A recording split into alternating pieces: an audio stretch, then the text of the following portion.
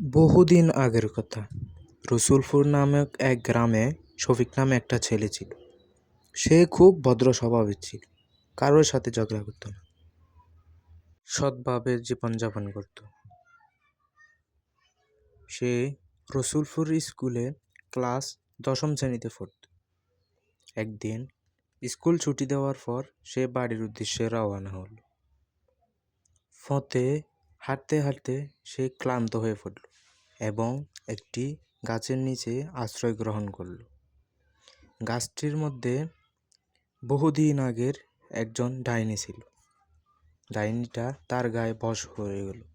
সে ওইখান থেকে বাড়ির উদ্দেশ্যে রওনা হলো। ঘরে যাওয়ার পর সে তার মায়ের উপর অহেতুক আচরণ শুরু করল।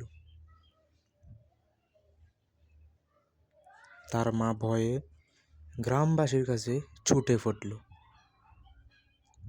সে গ্রামবাসীকে সব কিছু খুলে বলল এবং গ্রামবাসী তাকে নিয়ে একজন ত্রান্তিক বাবার উদ্দেশ্যে রওনা হলো। ত্রান্তিকের কাছে গিয়ে সব কিছু খুলে বলল। ত্রান্তিক বলল, আচ্ছা ঠিক আছে, এ ব্যাপারে আমি দেখতেছি। তখন ত্রান্তিক তাকে কিছু মন্ত্র পড়া দিল।